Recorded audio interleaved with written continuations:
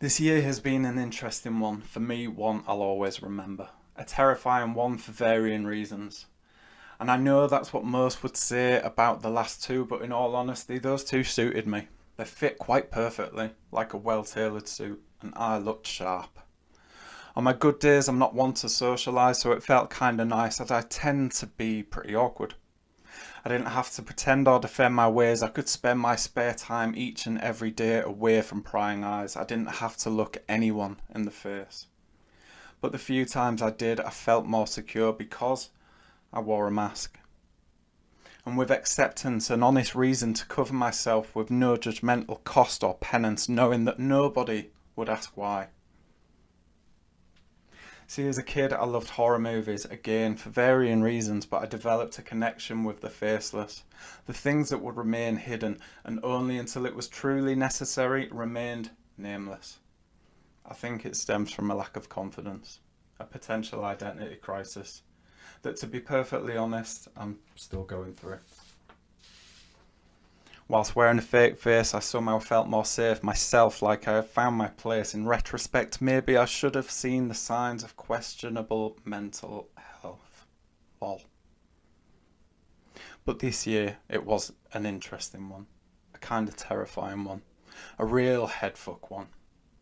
I was close to losing myself in many ways. In some areas, I think I did change, with my priority being the need to disengage. But unlike in any other way that I've thought before, something this time it just wasn't the same. I always thought I would take the sharp edge, or count as I choked the chalky pills hesitantly down the hatch, as if I was counting the sheep as I blissfully began to fall asleep from the opiate-infused quietest of calms as I drifted away and slipped into the deep. But no, this time was different. So, there's this little place just down the street, a few wooded areas, a nice amount of green. It's tranquil. Somewhere that fills me with peace. This was the place that I had picked to set myself free.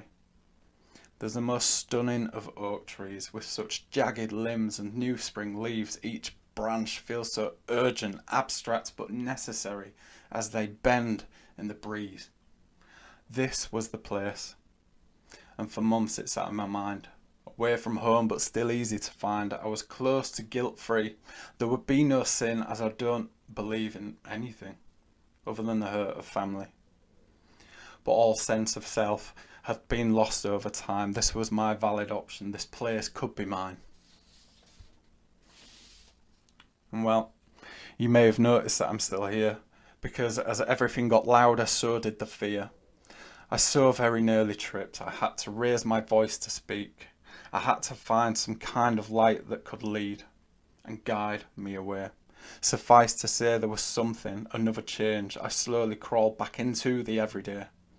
And what I mean to say is, thankfully, I was pulled.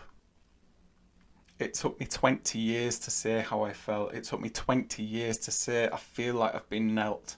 20 years to say what needed to be said. 20 years to stop hiding this feeling and finally admit I'm not well.